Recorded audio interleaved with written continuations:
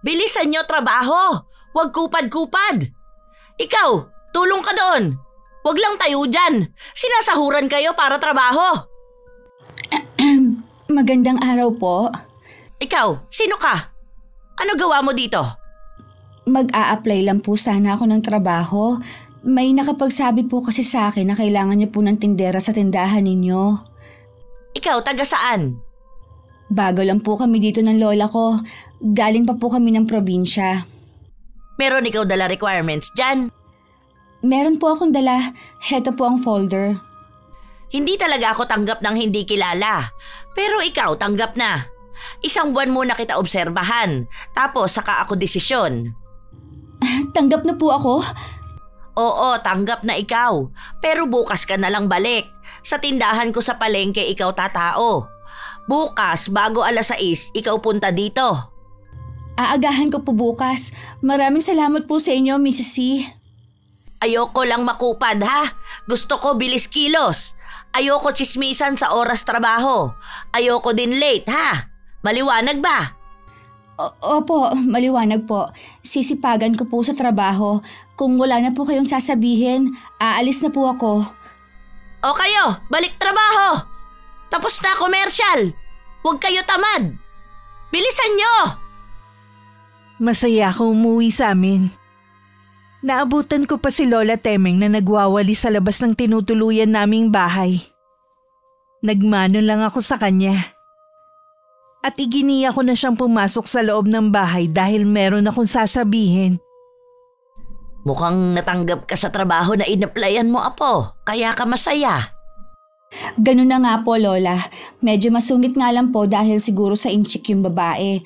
Pero ayos na po yun. Pagbubutihin ko na lang po sa trabaho para hindi ako mapagalitan. Mabuti nga po at malapit lang. Ano bang trabaho ang inaplayan mo, apo? Tindera po, La. Hindi ko nga lang po alam kung saan ako ipupwesto ni Mrs. C. Basta ang sabi lang po niya sa may palengke raw. Sabi po kasi nila, marami daw yung negosyo dito. Isa daw si Mrs. C sa pinakamayaman dito sa lugar natin. Medyo kinakabahan ako, apo, sa magiging amo mo. Siguro dahil banyaga siya. Tingin ko po, Lola, matagal na rin siya dito. Matatas na po kasi magtagalog Basta mag-iingat ka sa trabaho mo. Kung sakali man na hindi maging maganda ang trato sa'yo ng amo mo, huwag kang mag-atubili na umalis. Marami pa namang mapapasukan dyan. Opo, La. Lagi ko naman sinusunod ang bilin ninyo sa akin. Para din naman kasi sa kabutihan mo ang mga sinasabi ko. Ayokong malungkot ang mga magulang mo kung saan man sila naroon kapag napariwara ka.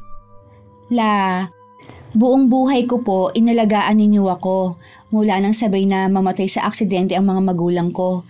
Siguradong masaya na sina nanay at tatay kung saan man sila naroroon ngayon. Dahil alam nila na maayos ninyo ako napalaki. Sayang nga lang maaga silang nawala sa mundong ito. Huwag na nga lang po natin pag-usapan ng mga magulang ko.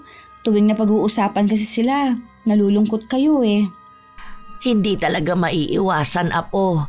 Lalo na't nag-iisang babae lang ang nanay mo. Siya ang pinakamabait at pinakamalambing sa kanilang magkakapatid. Parang ikaw lang din. Namimiss ko nga rin po sila. Kaya lang sabi nyo nga, hiram lang ang buhay natin, na hanggang doon na lang talaga sila.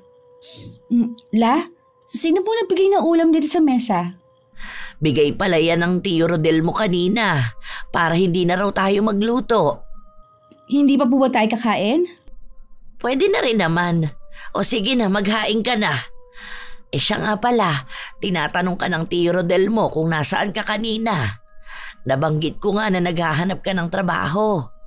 Kung sakali daw na hindi ka matanggap, doon daw sa pinapasukan ng anak niya.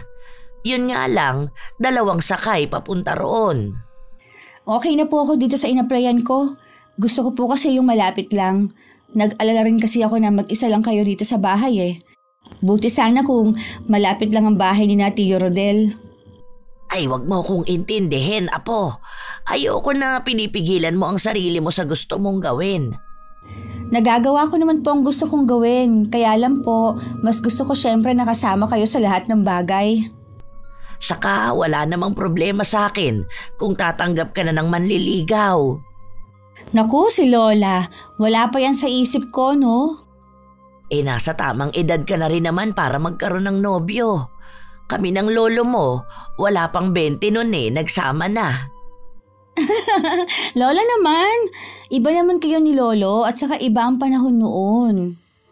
Bakit ba kasi ayaw mo pang magpaligaw? Hindi naman porke magpapaligaw ka mag-aasawa na. Basta la, wala pa sa isip ko yan. Kumain na nga lang tayo, baka gutom lang yan. Ikaw lang din kasi ang inaalala ko Hindi naman habang buhay kasama mo ko. Alam ko naman po yun pero wag na lang po natin yun pag-usapan. Kinabukasan maaga palang bumangon na ako. Naunahan ko pa nga si Lola na gumising. Ako na lang ang nag-init ng tubig. Sanay kasi si Lola na uminom ng maligamgam na tubig kaysa kape. Maya-maya lang gumising na rin si Lola. Siya na lang din na nagtuloy sa pagluluto ng almusal namin. Wala pang 6:00 nasa tapat na ako ng tindahan ni Mrs. C. Mabuti aga ka ngayon. Baka ngayon lang yan ha? Katagalan late na pasok. Puro pa absent. Naku, hindi po, Mrs. C. Ma'am Juliet na lang. Masyado formal naman tawag mo sa akin. Sige po, Ma'am Juliet. Ikaw sunod sa akin. Doon kita ilalagay sa isa ko tindahan. Kaaalis lang tindera doon. Pwede po bang malaman kung bakit po umalis ang dati ninyong tindera? Hay, malikot kamay. Akala niya wala ako CCTV. Kita-kita kung paano ako nakawan ng babaeng yun. Tapos siya pa talaga may gana layas akin. Ganun po ba? Baka natakot po na ipakulong ninyo? Talagang ipakulong ko siya noon kung hindi niya labas kuha niya. Kaya ikaw, ano nga ulit ikaw pangalan? Nelia po, ma'am. Kaya ikaw, Nelia, huwag ikaw gaya sa balasubas tindera ko. Dahil ikaw may kalalagyan din. Hindi ko po yun gagawin. Mabuti po ang pagpapalaki sa akin ng lola ko. Mabuti naman. Oh, tayo nandito na. Hiningal ako dun Ang bilis naman kasi maglakad. Ano ikaw bulong-bulong dyan? Po? Ano po? Malaki po pala ang tindahan ninyo. Talaga ito malaki. Hindi lang basta gamit pang display ang akin paninda. Puro pampaswerte ang mga ito. Ikaw iwas basag ha? Baka malas negosyo ko. Opo ma'am, iingatan ko po ang paninda natin. Ako lagay na presyo sa mga yan. Bawal tawad ha? Ma'am, hanggang anong oras po bukas tong tindahan? Hindi pa nga ikaw umpisa, oras na agad pagsasara, tanong mo? Nagtatanong lang naman po ako para alam ko. Ako punta dito mamaya kapag ikaw sasara na. Kailangan ako check muna ikaw, tapos mga gamit. Baka mamaya meron na wala, mahirap na. Sige po, naintindihan ko naman po yun. Oh, ikaw na bahala dito ha? Oo nga pala, meron maliit silid dyan, nakasusi. Wag na wag ikaw papasok. Dahil kung hindi, ikaw mananagot akin. Ano po ba ang meron sa silid na yun? Mga gamit na hindi nabenta. Doon ko yun lagay. Wag mo tangka buksan para hindi makawala malas. Kung nakalak naman po paano ko naman po mabubuksan yun? Wag nga ikaw pilosopo. Pasensya na po. O sige na, umpisa na ikaw trabaho. Doon lang ako mas malaki tindahan ko. Marami tao doon, kailangan bantay ko. Sige po ma'am, ako na pong bahala dito. Ako ulit, bawal tamad ha, bawal din kupit, kundi ikaw lagot akin. Ako tindi bigay parusa sa mga tao huli ko. Napatango na lang ako sa amo ko. Parang ako din na napagod sa dire-diretso niyang pagsasalita. Habang naghihintay ako ng pagdating ng mga customer, nagwalis muna ako ng sahig. Pinunasan ko rin ang counter. Sa buong maghapon marami rin akong benta. Katunayan na ang mga tao mahilig talaga sa mga bagay na pampaswerte. Bandang 5:00 naman dumating na rin si Ma'am Juliet. Kahit malaki ang kita sa araw na yon, parang hindi pa rin masaya ang amo ko. ito pwede na rin. Mahilig po talaga sa pampaswerte ang mga tao, no? Ay syempre naman, kahit ano sipag, kung wala pampaswerte, hindi rin asenso. Kaya nga mga pampaswerte na uso. Siguro nga po kasi marami akong kakilala na mga masisipag naman pero hindi pa rin yung mayaman. Ikaw ba, Nelia, naniniwala mga pampaswerte? Po? Ay, naniniwala naman po. Meron din po kasi kami sa bahay. Kapag magkasama ang swerte at sipag, sigurado asenso mo. Oo nga po. Ma'am, pwede na po ba ako umuwi? Bakit ba ikaw nagmamadali uwi? Wala po kasing kasama ang lola ko sa bahay. Ilang taon na iyo, Lola? 65 na po. Bata pa pala, akala ko naman tanda na. Hindi lang po kasi ako nasanay na naiiwan siya ng matagal na walang kasama. Ayaw ko ako minamadali. Ikaw hintay lang dyan. Ako may kailangan tingnan bago ako payag ikaw alis. Sige po, pasensya na po. Ikaw ba lapit silid na ito? Opo, pinunasan ko lang po kasi maalikabok na. Nagwalis at nagpunas po kasi ako kanina. Sa susunod, wag na ikaw ulit lalapit dito. Maliwanag. Opo ma'am, pasensya na po kayo. Kahit ano rin ikaw dinig o ramdam, wag ikaw lalapit. Bakit po? Ano ba ang meron sa loob ng silid na yan? Diba ako sabi na sa iyo? Mga gamit na hindi nabenta. Sigurado, daga marami sa loob. Ayoko sila labas. Baka mamaya dala pa sila mala sa akin. Daga? Takot po ako sa daga. Kaya wag na ikaw ulit lalapit dito. Hindi na po talaga.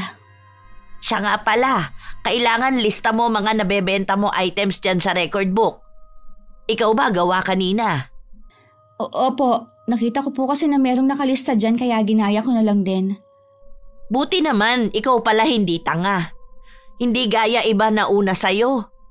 O sige na, pwede na ikaw uwi. Bukas ikaw aga ulit, ha?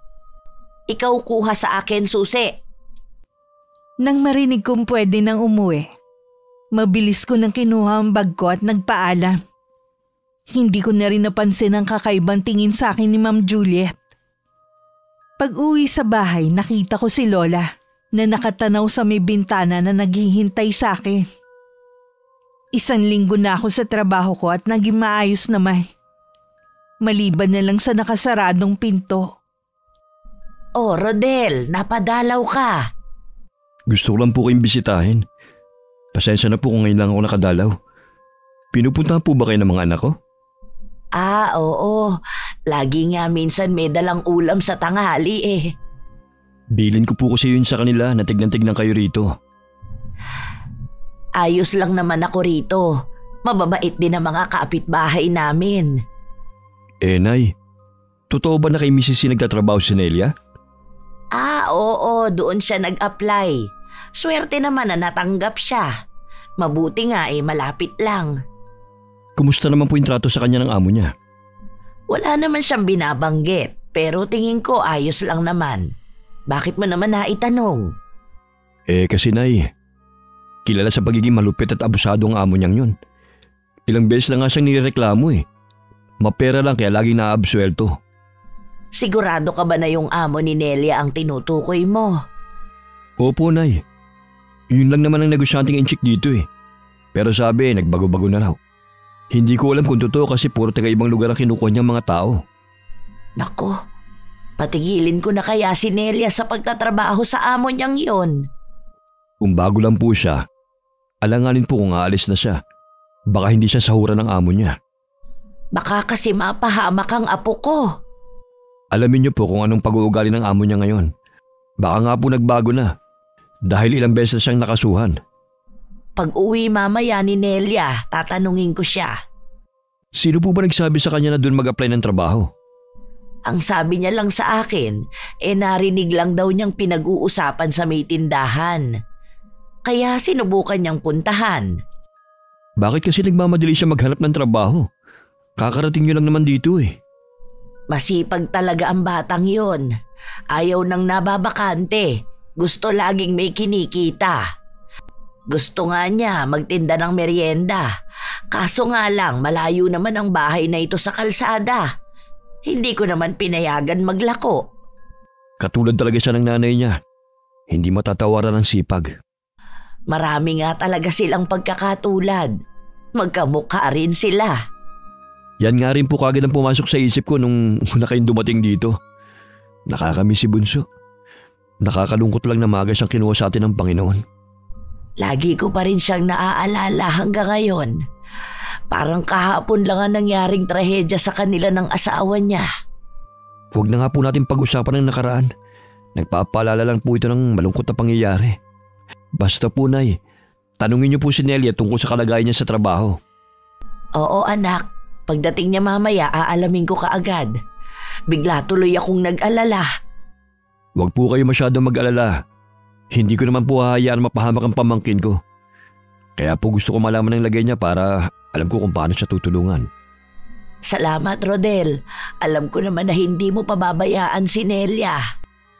Oh, paano po, Nay? Uwi po muna ako. May lakad po kasi kami ng asawa ko eh. Dumaan lang ako para makita at makamusta kayo. O sige, anak. Mag-iingat kayo sa lakad ninyo. Kapag walang pasok si Nelia, pupunta kami sa inyo. Aasahan ko po yan. Sige po, Nay. Dahil maraming customer ng araw na yun sa tindahan, hindi agad ako nakauwi. Noon ko lang din nakita nang umiti si Ma'am Juliet.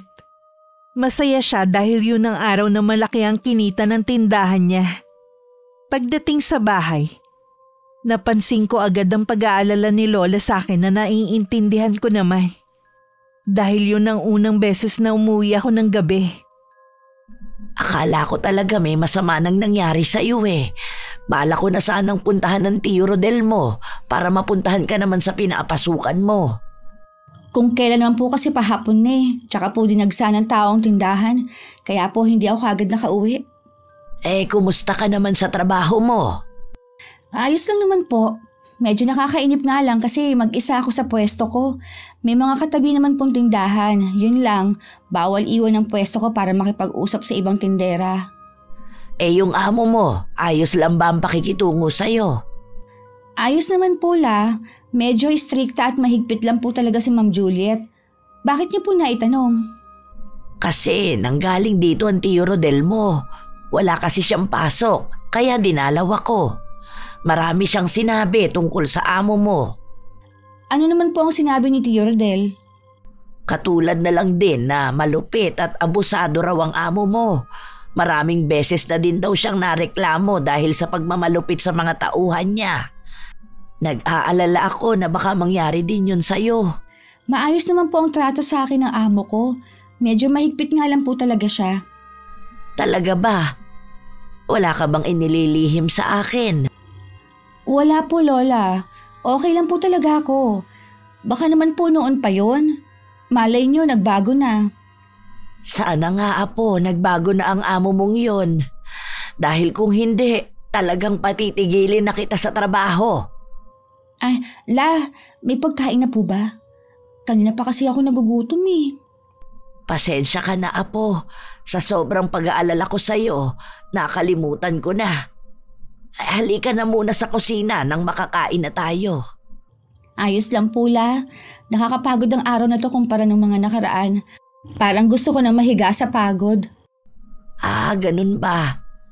O sige na, bilisan mo na ang pagkain para makapagpahinga ka na. Baka nga po konti lang makain ko ngayon. Inahantok na rin po kasi ako. Ang kawawa kong Apo. Kung pwede lang sanang ako na lang ang magtrabaho. Hindi ko naman po kayo papayagan pa. Alam ko naman yun eh. Dinaig mo pa ang pagiging istrikta ko. Ayoko lang po kayo mahirapan. Masyado mo akong pinapatanda. Pakiramdam ko tuloy wala akong silbi. Huwag niyo pong sabihin yan. Buong buhay niyo po, inalagaan ninyo ako. Natural lang po na ibalik ko sa inyo ang pag-aaruga ninyo sa akin. Ay, napakaswerte ko talaga sa pagkakaroon ng apong katulad mo. Maswerte rin po ako sa inyo. Kinabukasan kahit mabigat ang pakiramdam, pumasok pa rin ako. Hindi ko nalang pinahalata kay Lola. Binilinan ko lang si Lola na kapag hindi ako makauwi ng maaga, ibig sabihin lang nun marami ang customer. Para hindi siya mag-alala ulit sa akin.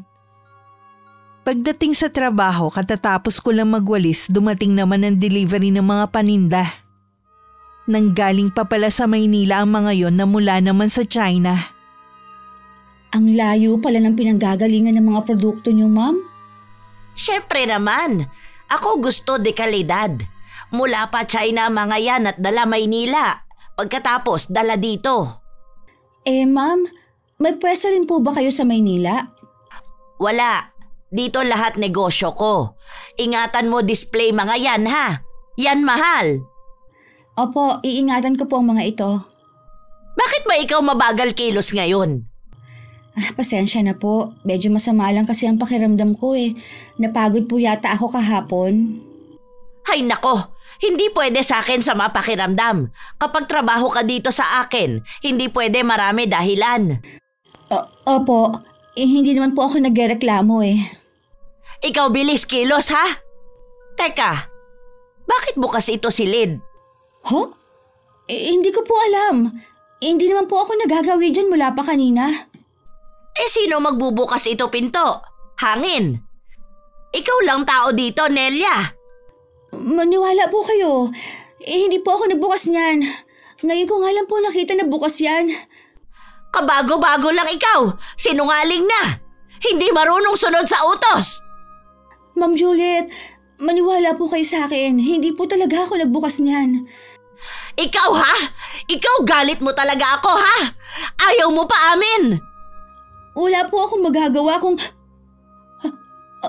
Ma'am Juliet, yung pinto nagbubukas. Baka yan, hangin lang. Paano pong hangin lang? Wala naman pong bintana dito sa loob.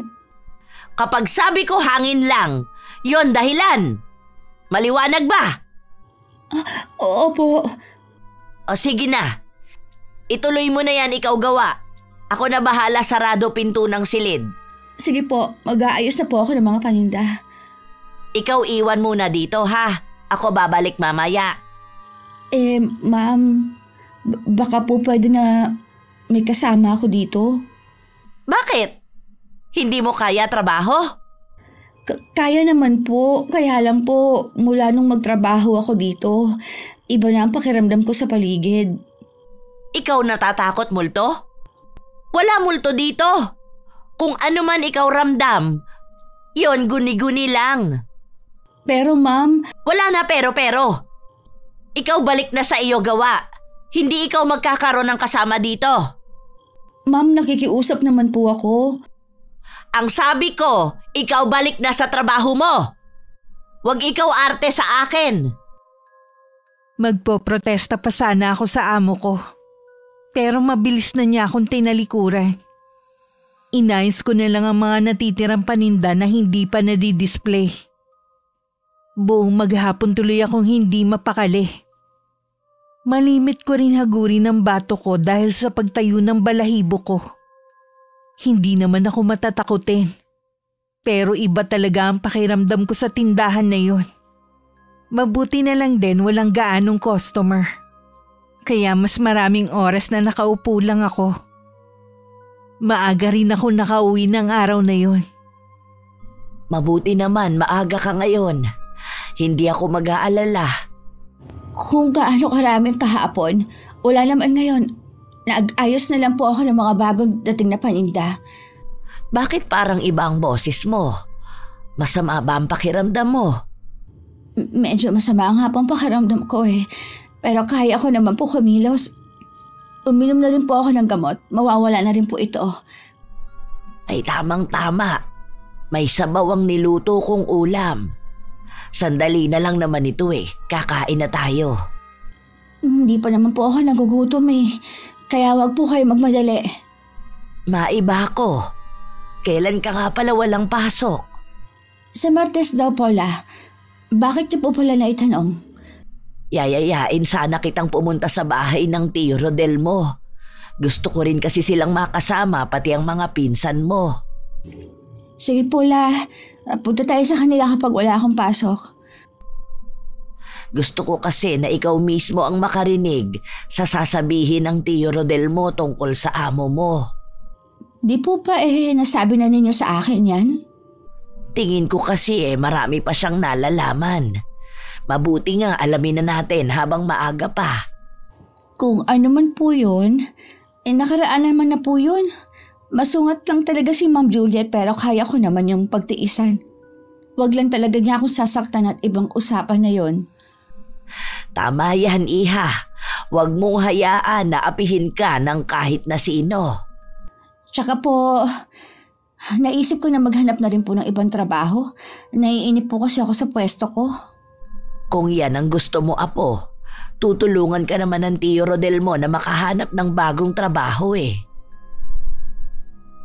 Akala ko rin po kasi madali ang magtindera. Mahirap din po pala. Lahat ng trabaho mahirap, lalo na yung mga nasa ilalim ng initan. Oo nga po, no. Tapos magkakaroon pa ng abusadong amo. Ay, sana lahat na lang mababait. Swertehan lang din talaga. Gusto ko na magtapat kay Lola tungkol sa kakaibang nararamdaman ko sa tindahan. Nauunahan lang ako na baka lalo siya mag-alala sa akin. At nanghihinayang din ako sa kita ko. Mas gusto ko talaga kasi ang trabaho na malapit lang dito sa bahay. Pagpasok ko, nagdasal na lang ako ng taimtim. Pinuntahan ko muna si Ma'am Juliet sa malaking pwesto niya para kunin ang susi. Kasama ko naman siya nagpunta sa tindahan na binabantayan ko. Pagdating, ganun na lang ang takot ko na makita na may mga display na basag sa sahig. Ano nangyari dito? Ma'am, hindi ko po alam. Umalis po ako dito na maayos ang lahat. Paano ikaw paliwanag sa nangyari? Hindi lang ako punta dito kahapon. Ganyan na nangyari, mga paninda? Hindi ko rin po alam kung ano nangyari. Ikaw ba alam magkano mga yan? Iyo sahod sa isang buwan, kulang pa. Ipapakulong kita. Huwag po, ma'am. Maawa kayo sa akin. Wala naman po akong alam sa nangyari. Walang gagawa niyan kundi ikaw. O di kaya dahil ikaw pabaya.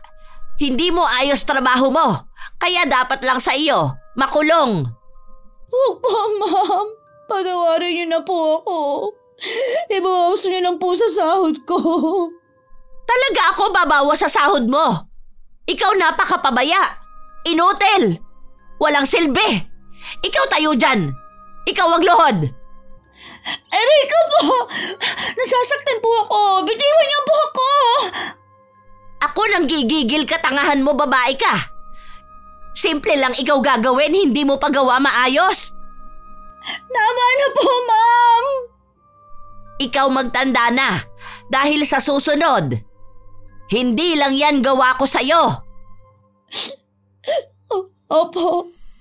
Kapag tindahan ko malasin, ako wala iba sisi kundi ikaw. Ano pa gawa mo? Ikaw linis na mga basag. Hindi agad umalis ang amo ko. Binantayan pa niya ako sa paglilinis ng mga nabasag na paninda. Nagtataka naman ako kung paano nangyaring nabasag ang mga yun. Maingat naman kasi ko dahil alam ko nga istrikta si Ma'am Juliet. Bago ko umuwi ng araw na yun, pinapirma pa niya ako sa isang kasulatan. Tatanggi sana ako pero tinakot niya akong dadalhin ako sa pulis. Kaya pikit mata ko na lang na pinirmahan ng papeles para makaalis na ako. Pagdating ko sa bahay, naabutan ko dun si Tio Rodel at ang asawa niya. Biglang kumabog ng mabilis ang dibdib ko. Ano pong nangyari kay Lola? Naabutan ko siya kanina na walang malay sa sahig. Nagkamali naman siya kagad kaya lang namumutla ang inay. Baka po bumaba na naman ang dugo ni Lola. Kumusta po ang pakiramdam ninyo, Lola? Ayos na ako, Apo. Nahilo lang ako dahil sa sobrang init ng panahon kanina. Baka naman po pinilit nyo na naman ako milos dito sa bahay. Sabi ko naman sa inyo, ako na lang po ang bahala sa ibang gawain. Hindi naman maaari yon. Ikaw na nga ang nagtatrabaho eh. Ang plano ko nga sa bahay na muna ang inay kapag wala ka. Tapos ipapahatid ko lang sa hapon.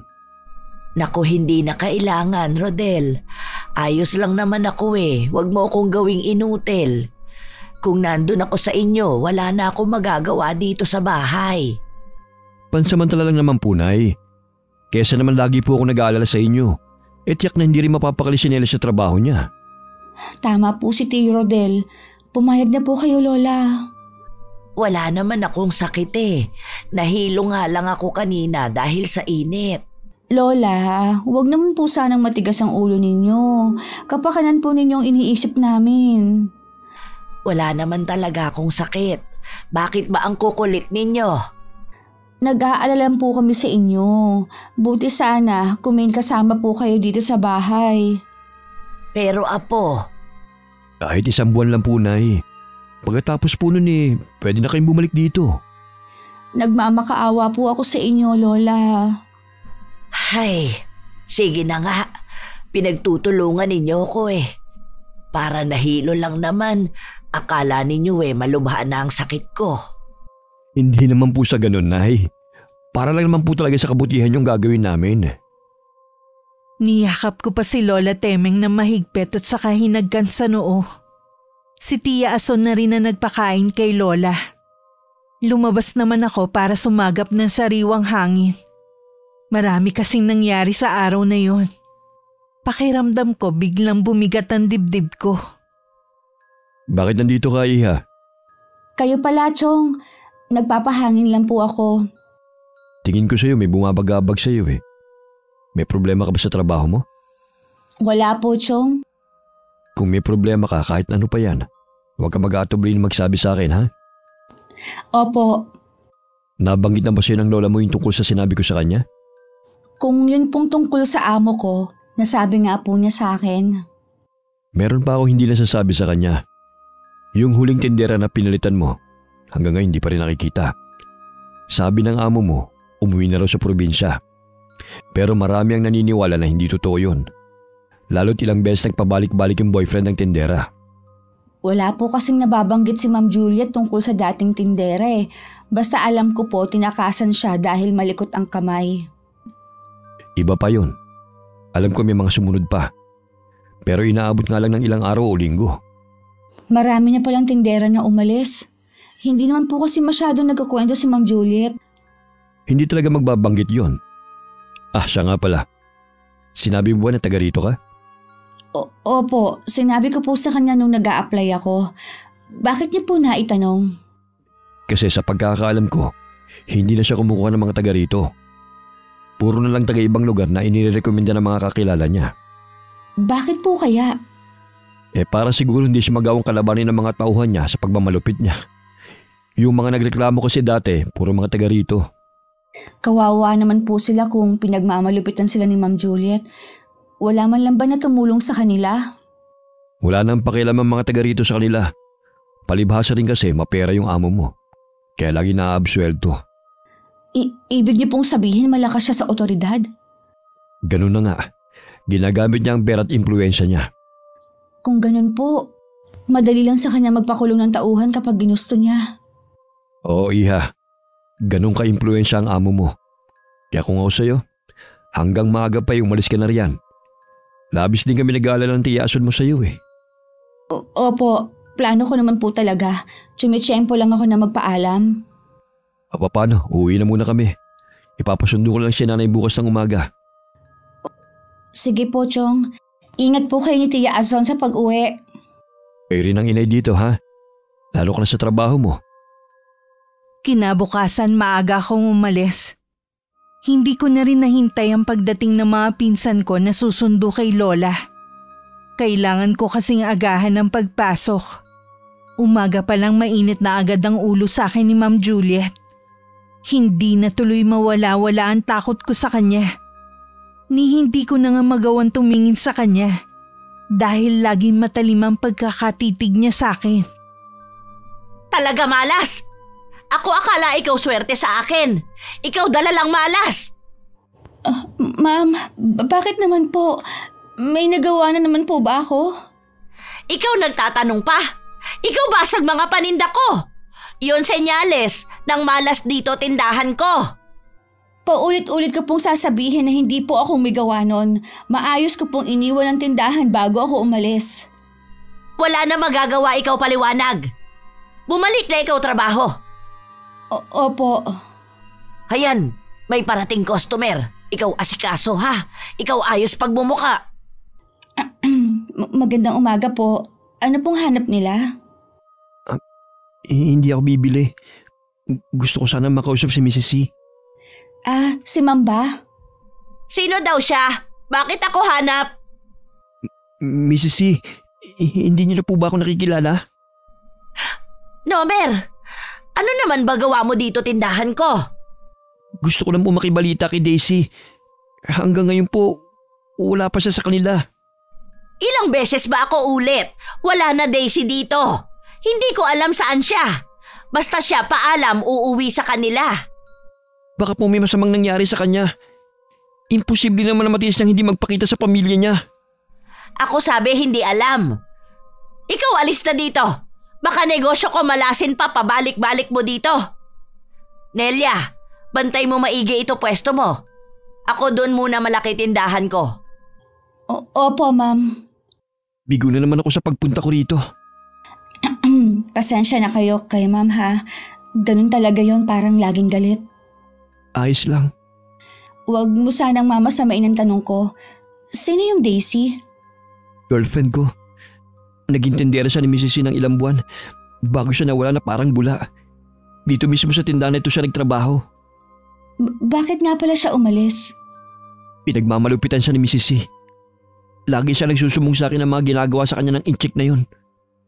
Gusto niya nang umalis dito. Nung araw na magkikita kami, hindi na siya sumipot. Nung pinuntahan ko siya dito, sabi nga ng amo mo wala na siya rito at umuwi na. Pasensya na sa sasabihin ko.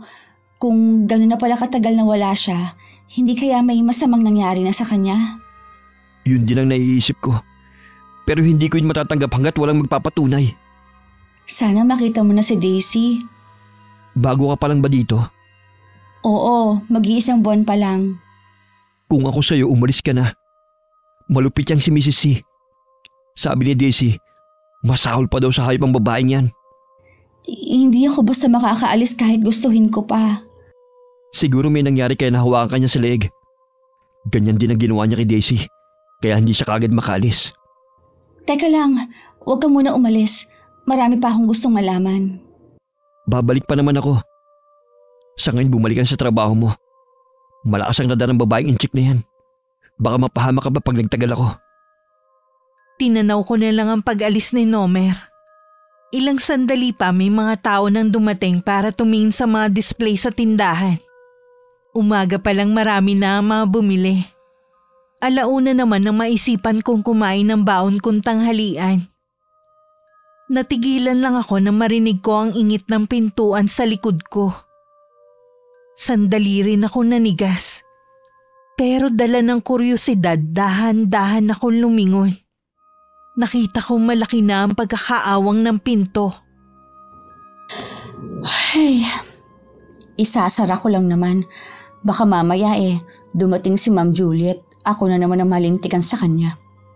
Kung bakit kasi bumubukas kang mag-isa? Ha? Bakit may freezer dito sa loob? Wala na akong pakialam dun. Kailangan kong maisara na to. Hayan, huwag ka na sana magbubukas ha.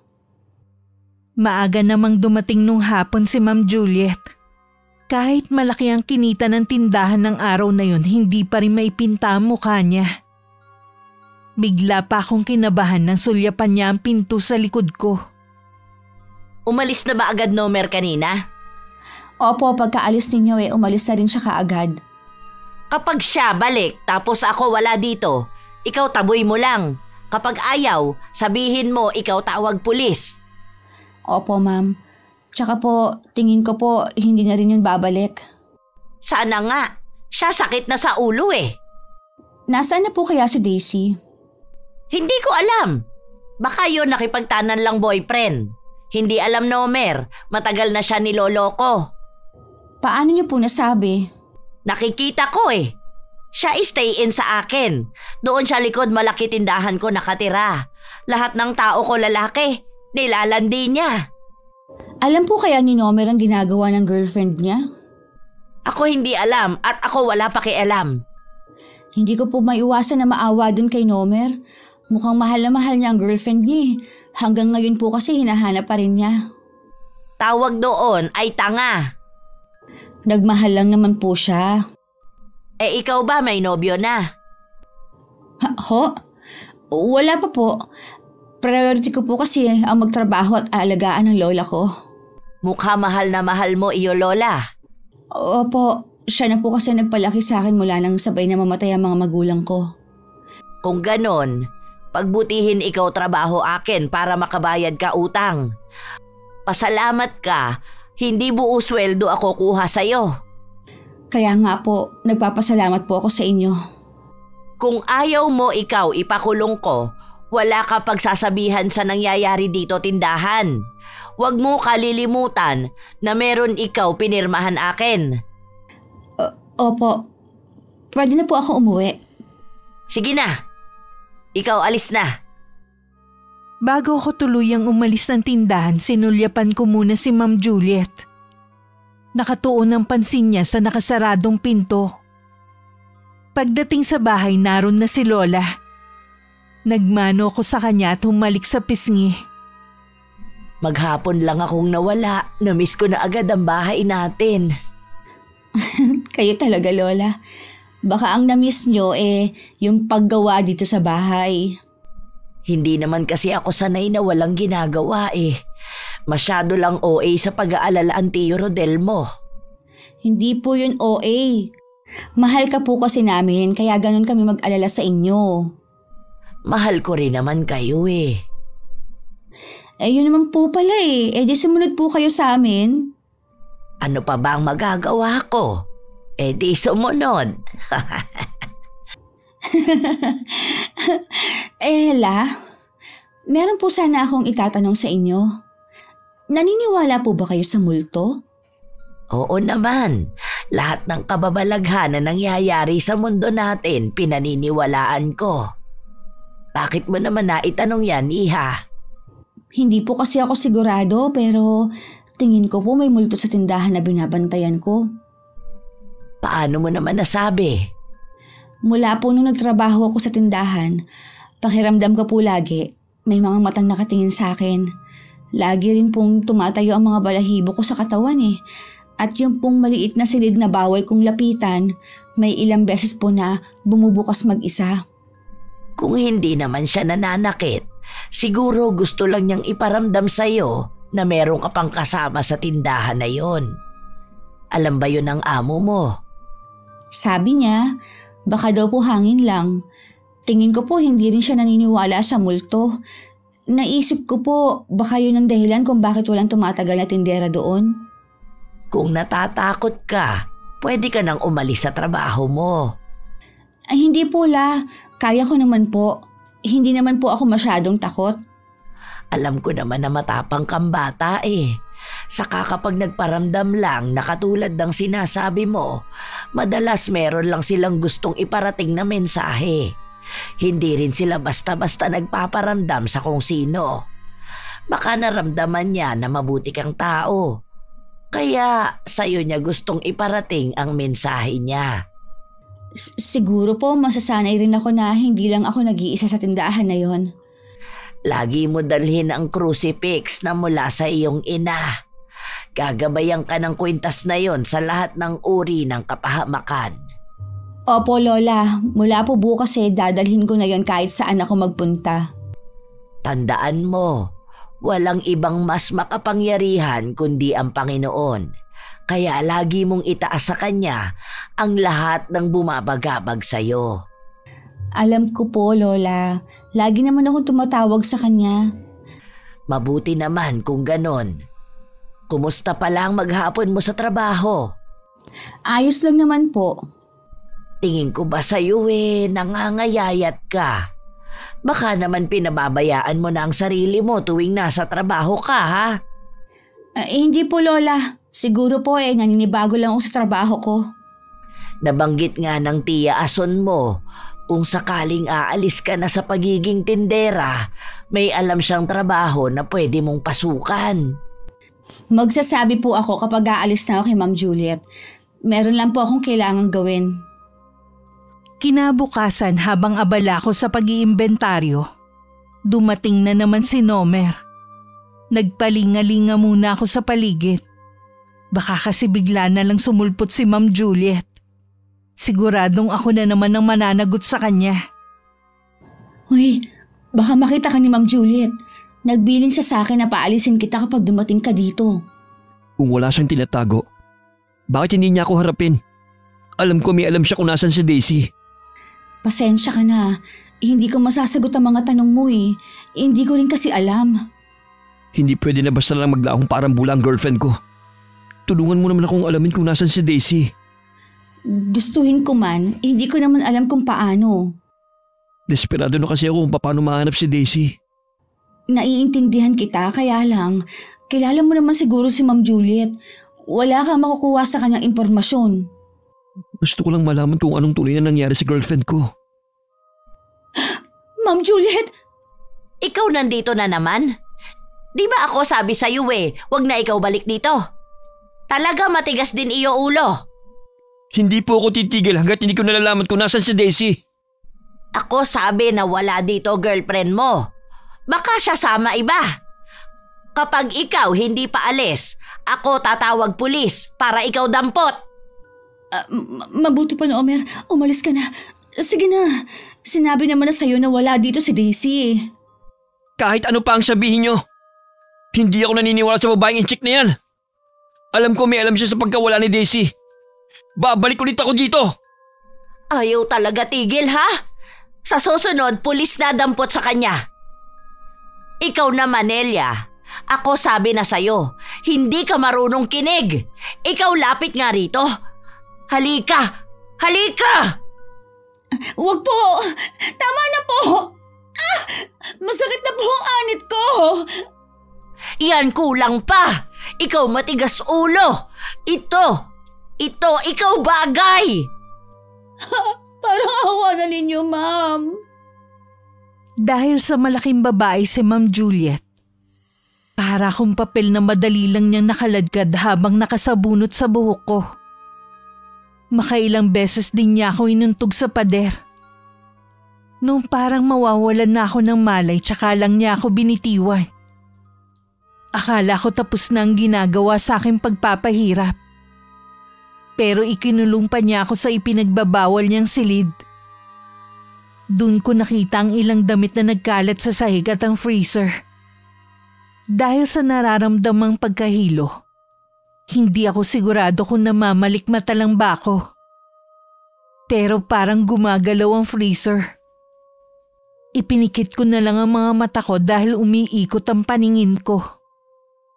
Malapit nang dumilim nang palabasin ako ni Ma'am Juliet. Hinagod pa niya ako ng tingin mula ulo hanggang paa. Ikaw ayaw sarili. Ikaw suklay rin para kasi ikaw bruha. Siguro naman ikaw magtatanda na. Hindi na ikaw suway sa akin. Ganito rin bang ginagawa ninyo kay Daisy at sa iba pa? Oo, dahil sila tigas ulo. Ayaw sunod sa akin. Mangyayari din iyo nangyari kanila. Hindi po tama na manakit kayo ng mga tauhan ninyo. Kaya po pala kayo minamalas eh. Hindi rin nakakapagtaka na tinatakasan kayo ng mga nagiging tindera ninyo. Kulang pa yata iyo akin gawa . Kung ikaw akala matatakasan ako, ikaw nagkakamali. Ikaw hindi ako kilala. Ako kaya ikaw dampot sa pulis mismong bahay ninyo. Huwag po, Ma'am. Ginagawa ko naman lahat ng gusto niyo eh. Kulang pa. Ikaw wala pagsasabihan sa nangyayari iyo dito, maliwanag. Opo. Oh, ito pala iyo sahod. Ako bawas na utang mo . Ikaw pasalamat may natira pa iyo. Uuwi na po ako. Baka hinihintay na po ako ng lola ko. Oo nga pala, Nelia. Hindi na balik dito, Nomer. Baka kasi hintay mo. Ano po ang ginawa niyo sa kanya? Ako padampot na siya sa mga pulis. Malapit lang pala bahay siya tinutuluyan. Kaya pala lagi ako kita siya na sinusundan ako. Gusto ko pong malaman ng totoo. May alam po ba kayo sa pagkawala ni Daisy? Ano sa tingin mo? May kinalaman nga kayo, gaya ng hinala ni Nomer. Kung ako iyo, huwag ka na makialam. Magtrabaho ka na lang para mabayaran mo na ako. Kapag ikaw bayad na, pwede ka na alis sa akin. Gagawin ko po yan, para makabayad na ako sa inyo. Mabuti naman ikaw gamit mo utak. Ikaw agahan ulit bukas, ha? Nang makarating sa bahay, pinilit kong maging masigla sa harap ni Lola. Pilit akong umiti sa kanya sabay abot ng sahod ko. Pasensya na po kayo, La. Maliit lang po ang sahod ko. Hindi ko po kasi nasabi na nakabasag ako. Ibinawas na po ng amo ko. Ano bang nangyari? Hindi ko rin po maipaliwanag. Basta po pagdating ko nung umaga, may mga basag na paninda. Hindi ko ito matatanggap, Apo. Pinaghirapan mo yan eh. Tama lang nagastusin mo yan sa sarili mo. Hindi po, La. Nangako ako sa sarili ko na ang unang buong sahod ko ibibigay ko sa inyo. Hindi nga lang po buo dahil sa kapabayaan ko. Ang bait mo talaga, Apo. Kung talagang para na ito sa akin, edi ibibili ko ito ng pangangailangan natin dito sa bahay. Kayo pong bahala, La. Sa inyo naman po yan. Bakit parang pagod na pagod ka? Masama na naman ba ang pakiramdam mo? Pagod lang po ako, La. Marami po kasing tao kanina. Sigurado ka ba, Iha, na yun ang dahilan? Oho. Siya nga po pala. Hindi na po muna ako maghahapunan. Gusto ko po matulog na lang. Kahit sana konti, kumain ka. Hindi na po talaga, La. O sige, pero kapag nagutom ka, tatakpan ko sa mesa ang ulam, ha? Kumain ka mamaya. Hindi lang bugbog ang inaabot ko sa amo ko, kundi masasakit na mura at mga insulto. Umiiyak na lang ako kahit gustong gusto ko nang sumagot. Inaalala ko rin kasi si Lola.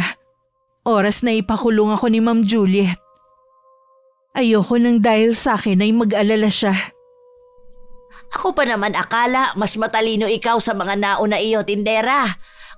Ikaw pareho rin sa kanila, boba. Bakit hindi niyo lang po ako paalisin kung yan pala ang tingin niyo sa akin? Ikaw hindi alis hanggat hindi mo bayad ang mga nabasag mo. Dahil sa'yo minamalas negosyo ko. Kayo po ang dahilan kung bakit minamalas ang negosyo ninyo. Ang lupit niyo po kasi sa mga tauhan ninyo. Ikaw wag ako pangaral, ah. Alam ko, gawa ko.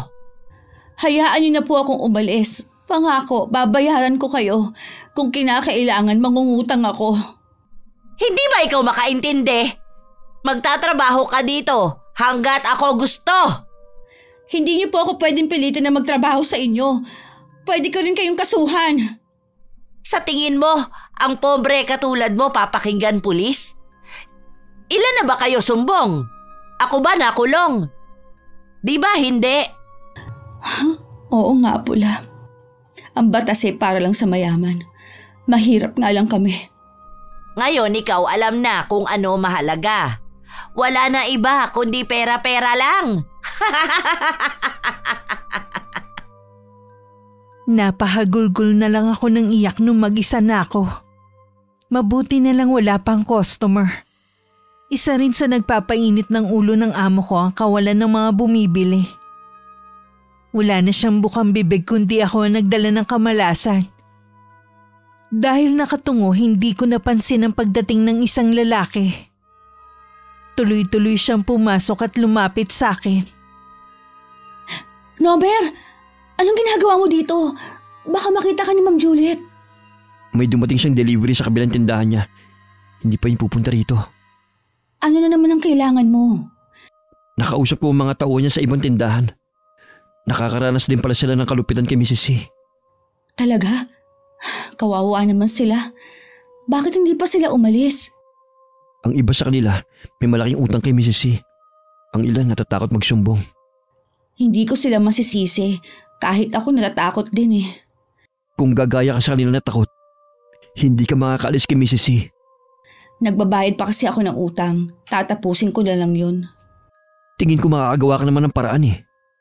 Oo nga, kaya lang ayaw pumayag ni Ma'am Juliet. Sa tingin ko matagal nang wala si Daisy.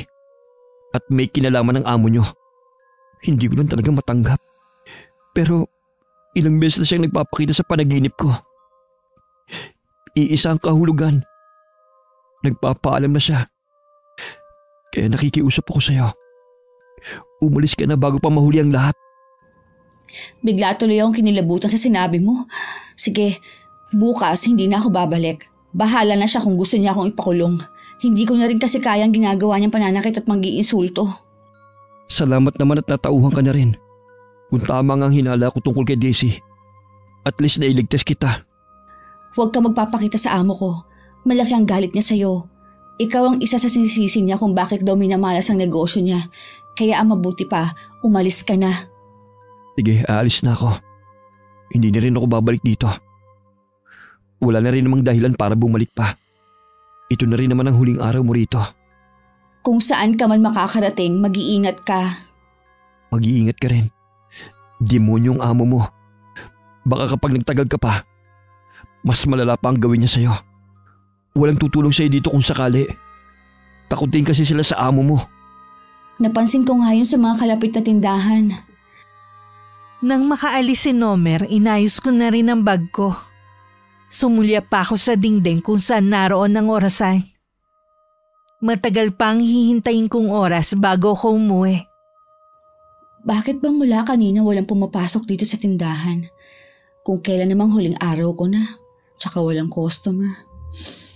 Puro sulyap lang ang ginagawa nila. Para pang mga takot na mukha. Ay, sabagay nga. Kahit sino matatakot kay Ma'am Juliet eh. Ay! Ano yun? Parang may bumagsak sa silid. Huling araw ko na nga mukhang aatakihin pa ata ako sa puso. Ano na naman kaya ang pinapahiwatig niya? Gusto kaya niya magpaalam ako? Ay, okay. Matapang naman ako. Sa huling sandali, papasok ako sa silid na yon at siguro pwede ko na rin buksan ang freezer. Lingid sa akin ang bala kong buksan ang freezer na nasa loob ng silid na yon. Ay magdudulot sa akin na nakakakilabot na tanawin. Nagtaka pa ako kung bakit nakasaksak yun. Pabigla ko yung binuksan. Sa sobrang gulat natumba pa ako at halos gapangin na lang ang palabas ng silid na yun. Isang bangkay ng babae ang nasa loob nun.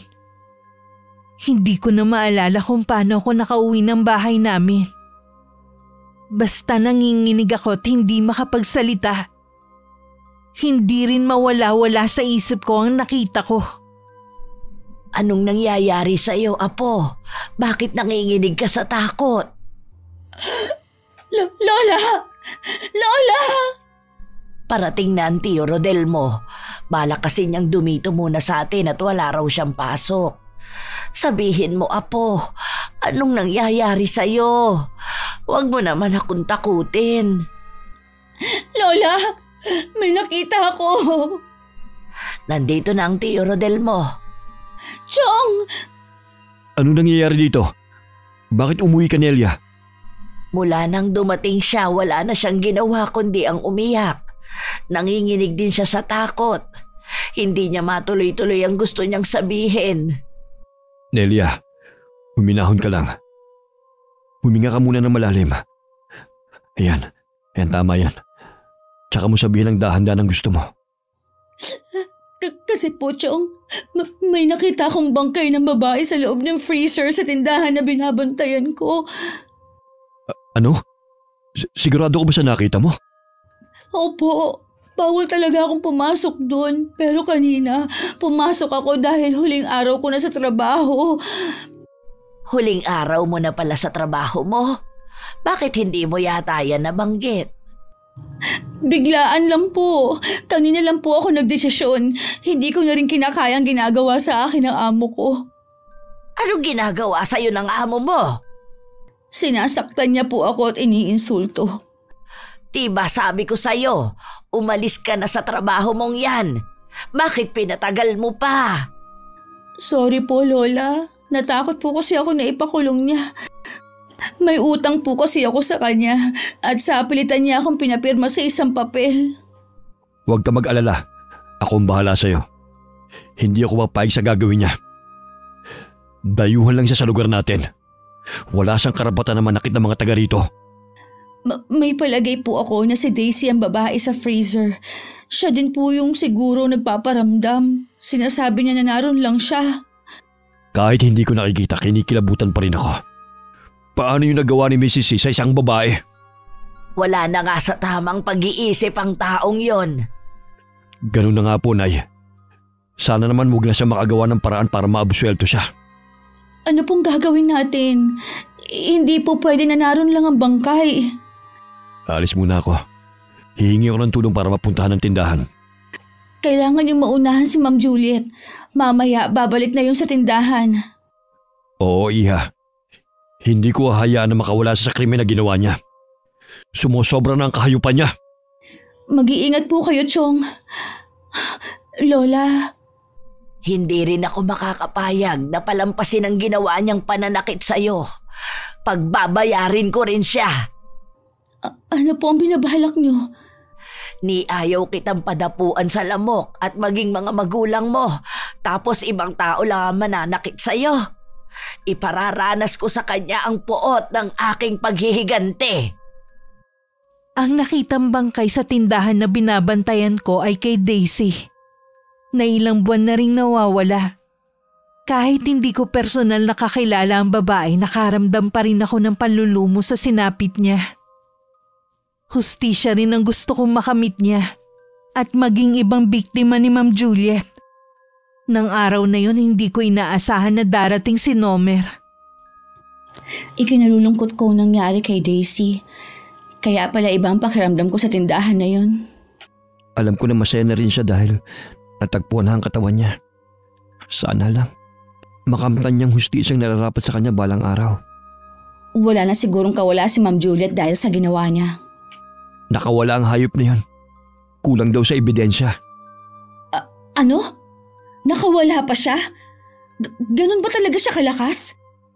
Balik nga ulit sa ginagawa niya eh. Ang kapal talaga. Talaga bang ang batas natin hindi para sa ating mahihirap? Yun ang laging pinagyayabang ni Ma'am Juliet sa akin. Totoo nga siguro. Ipinapasa Diyos ko na lang ang nangyari kay Daisy. Nagpapasalamat din sa iyo ang mga magulang ng girlfriend ko. Alam kasi nila na ikaw ang nakakita sa katawan ng anak nila. Kung hindi mo ako pinayuhan na umalis sa trabaho, hindi ko may isipan na buksan ang freezer na yon. Hanggang ngayon, hindi pa rin ako makapaniwala na ilang linggo ko na palang kasama si Daisy. Oh, magmerienda muna kayo.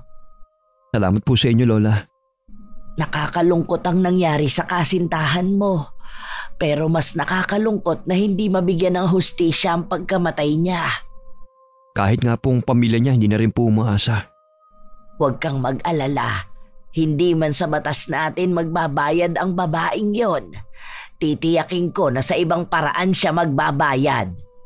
Kung ang ibig niyo pong sabihin ay makakarma rin siya, hindi po yata naniniwala ang mga inchik sa karma. Hindi lang karma, iho. May iba pa. Kaalis lang ni Nomer nang dumating naman si Tio Rodel. Kita sa kanya ang labis na pag-aalala. Hindi ko tuloy maiwasang kabahan na baka may kinalaman kay Ma'am Juliet ang sadya niya. Nakausap ko ng amo ni Nelia. Oh, anong sabi ng babaeng yon? Ang kapal nga ng mukha eh. Sinisisi pa niya si Nelia sa nangyari sa kanya. Gusto niya magbayad ng danyo sa perwisyo ang apo niyo. Meron daw silang kasunduan. Pinilit lang po niya ako na pumirma. Tinakot niya kasi ako natatawag ng polis. Ang mabuti pa dun muna kayo sa bahay. Nag-aalala kasi ako sa pwedeng gawin sa inyo ng babaeng yun eh. Pailalim kung tumira ang taong yun. Marami siyang tauhan na pwede niyang utusan na gawan kayo ng masama. Lola, anong gagawin natin? Huwag kang matakot, apo. Walang mangyayari sa'yo. Hindi na ako makakapayag na makanti niya ni dulo ng daliri mo. Nelia, ayusin mo na mga gamit yun ng inay. Opo, Chong. Maiwan ko po muna kayo. Nay, Parang kalmado lang kayo dyan Hindi ba kayo natatakot? Sa tingin mo masisindak ako ng babaeng inchik na yon? Malaki ang atraso niya sa akin. Hindi pa ako nakakapaningil sa kanya. Nay, huwag yung sabihin na may plano kayong gamitin ang kaalaman niyo sa pambabarang kay Mrs. C. Oo, Rodel. Ito lang din naman ang tanging paraan para makaganti ang mga taong pinagmalupitan niya. Akala ko po ba kinalimutan niyo ng tungkol dyan mula nang mamatay ang mga magulang ni Nelia? Dahil sabi niyo nga noon, baka karma na yun sa inyo. Sa tingin mo, palalampasin ko na lang ang ginawa niya sa apo ko. Tapos may plano pa siyang singilin ng apo ko sa sinasabi niyang utang. Oras na lumapit siya kay Nelia, yun na ang hudyat ng katapusan niya. Hindi na po ako tututol sa plano niyo. Kaya lang iniisip ko na baka kayo naman ang singilin balang araw. Handa na ako sa kaparusahan ko. Matanda na rin naman ako Wala nang mawawala sa akin. Mangako ka na na ito na ang huling beses mong gagawin ang bagay na yan.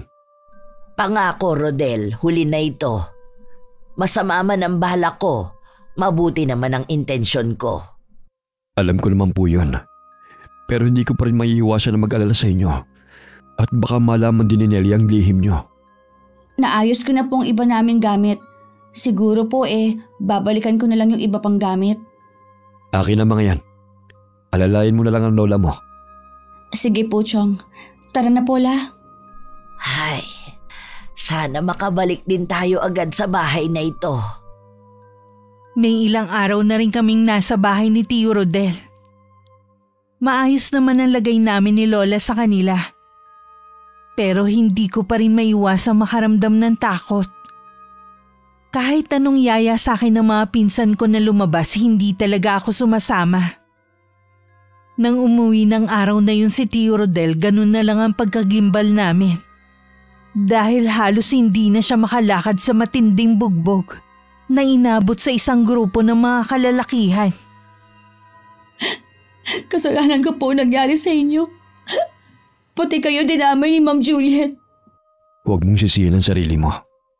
Hindi naman ako papayag na mapahama ka. Sa ginawa sa iyo ni Mrs. C, lalo lang niyang ginatungan ang puot na nararamdaman ko. Gusto niya kasi makakuha si Nelia. Alam ko gusto niya lang gumanti sa bata. Iba pa talagang sinisisi niya imbes na sarili niya. Siya naman tong gumagawa ng mga hindi makataong gawain. Hindi po ba talaga makukulong si Ma'am Juliet? Hindi ko alam, Nelia.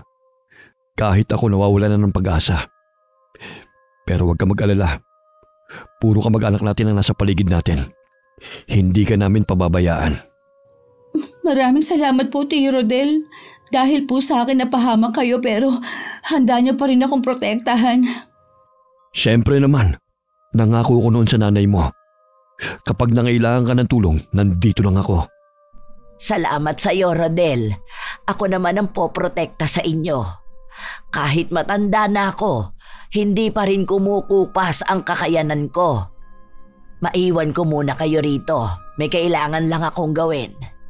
Chong, napapansin ko po nitong mga huling araw, kakaiba po ang mga kinikilos at sinasabi ni Lola. Siya lang ang makakasagot sa mga tanong mo, Nelia. Kung sakali mang hindi niya banggitin, ibig sabihin nun, mas maiging wala kang alam. Kung ganun po, tama ang hinala ko na may lihim na itinatago si Lola Temeng. Lihim yun ang pamilya natin. Kung ako lang ang masusunod, mas gusto ko na lang nakainay matapos ang kaalaman na yon. Magpahinga na po kayo, Chong. Lalabas na po ako ng kwarto. Huwag ka munang lalabas ng bahay. Kung lalabas ka man, magpasama ka sa mga pinsan mo. Nang puntahan ko si Lola, naabutan ko siyang tila nagdadasal sa isang maliit na altar na may mga nakasinding kandila. Marahil naramdaman niya ang paglapit ko kaya lumingon siya. Ano pong ginagawa ninyo, Lola? Isinagawa ko na ang huling orasyon para mas maging kakilakilabot ang mangyayari sa kanya. Ano pong ibig ninyong sabihin? Lola, ano pong tinatago ninyong lihim? Siguro, ito na ang tamang panahon para malaman mo ang totoo. Hindi ka naman na bata. May kinalaman po ba ang ginagawa ninyo ngayon sa sinasabi ninyo? Oo, Apo. Isa akong mambabarang. Minana ko ito sa aking ina na minana naman niya sa kanyang mga ninuno. Magtapat kayo, Lola. Yan ba ang dahilan kung bakit kailangan nating lumipat dito? Oo, Apo. Meron pa rin kasing nakakakilala sa akin, kaya kailangan kong umiwas. Sa totoo lang, ayoko na sanang gawin ito eh. Pero hindi ako papayag na hindi makaganti sa malupit mong amo. Pero Lola, kasalanan po sa Diyos ang gagawin ninyo. Kayo po ata nakakalimot sa mga pangaral ninyo sa akin eh. Patawarin mo ko, Apo, kung hindi ko magawa sa sarili ko ang mismong mga pangaral ko. Nabulag ako ng matinding galit. Itigil niyo na po yan habang may panahon pa. Huli na, Apo. Hindi ko na maaaring bawiin ang sumpang pinakawalan ko. Lola, patawarin niyo ako nang dahil sa akin pinili niyo na naman na maging masama. Huwag mong sabihin yan, Apo ko. Wala kang kasalanan. Ikaw ang biktima rito. Kahit naging masama ako, piliin mo pa rin na maging mabuti, ha? Opo, Lola. Tara sa labas, Iha. May parating tayong bisita.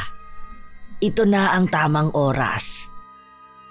Nauna na si Lola Temeng na lumabas ng silid. Nagtataka naman ako na sumunod sa kanya. Nakasalubong pa namin si Tio Rodel sa gitna ng sala, habang inaalalayan ni Tia Ason. Paglabas namin ng bahay, naroon si Ma'am Juliet, kasama ang ilang pulis at mga tauhan niya. Bigla akong napaatras sa takot. Si Lola at Tio Rodel ang humarap sa kanya. Nasaan iyo, pamangkin, Rodel? Ikaw labas babaeng yon. Hindi ako makakapag na ipadampot mo siya. Ikaw dapat ang makulong. Kayo marami na naghangad ako makulong, pero kahit isa, wala naging tagumpay. Masaol ka pa sa hayop. Ako ang lola ni Nelia. Hindi mo siya pwedeng ipahuli na lang basta-basta. Hindi ako papayag. Ikaw pala, Lola, babae malikot kamay. Wala kang karapatan na insultuhin ang apo ko. Isang malaking pagkakamali ang ginawa mong pagpunta rito. Ikaw pa talaga may gana banta sa akin? Ilabas mo na iyo, apo, kung ayaw ninyo damay iba sa inyo. Subukan lang humakbang ng isa sa mga tauhan mo. Sila ang madadamay sa galit ko. Hayon, babaeng yon! Kayo dampot na! Bago pa makalapit ang mga pulis sa bahay namin, bigla na lang nanigas at natumba sa lupa si Ma'am Juliet. Kaya lahat kami sa kanya nakatuon ng mga mata. Lahat kaming nakasaksi maliban kay Lola Temeng at Tio Rodel na sindak sa nakita namin. Lumabas kasi lahat ng uri ng insekto sa lahat ng butas ng katawan ni Ma'am Juliet. Halos hindi na makita ang katawan niya sa dami na nagkumpulan ng mga bangaw. Ang pangyayaring yun ay hindi maipaliwanag ng mga nakasaksi kung anong klaseng sumpa nangyari kay Ma'am Juliet. Isang linggo pagkatapos ng pangyayaring yun, dumating si Tio Rodel na masaya. Nakausap ko pong nakababatang kapatid ni Mrs. C. Hindi raw niya alam na gano'n ang ginagawa ng kapatid niya. Gusto raw niyang bayaran ng lahat ng naagrabyado ng babae. Kasama ka na ron sa babayaran, Nelia. Kahit papano nakuha mo na rin ang hustisya para sa iyo at sa iba pa. Sino na ang magpapatakbo sa mga negosyong naiwan ni Mrs. C? Ibebenta po lahat ng yun ayon sa kapatid. Mabuti na rin siguro yun para wala nang makapagpaalala sa malagim na pangyayari. Oo nga po, Nay. Sa wakas matatahimik na rin ang lugar natin. Nang mawala si Ma'am Juliet, nabigyan na rin po ng hustisya ang pagkamatay ni Daisy. Naging usap-usapan nga rin na baka barang daw ang nangyari kay Mrs. C. Narinig ko pang sinabi ng ilan kung sino man ang may gawa nun. Labis silang nagpapasalamat. Mula ngayon, kalimutan na natin ang pangyayaring ito. Saradong aklat na dapat ito. Oo nga po. Huwag na po nating babanggitin ang tungkol sa barang. Lumipas din naman ang mga araw na nakalimutan na ang pangyayaring yun sa lugar namin. May bago na ulit akong trabaho at masaya ko nakasundo ko lahat ng mga kasama ko. Si Lola Temeng naman bumalik sa pananahi para hindi siya mainip sa paghihintay sa pag-uwi ko galing trabaho. Sa kabila ng nagawa ni Lola Temeng, para sa akin, siya pa rin ang pinakamabait at mapagmahal na lola. Wakas,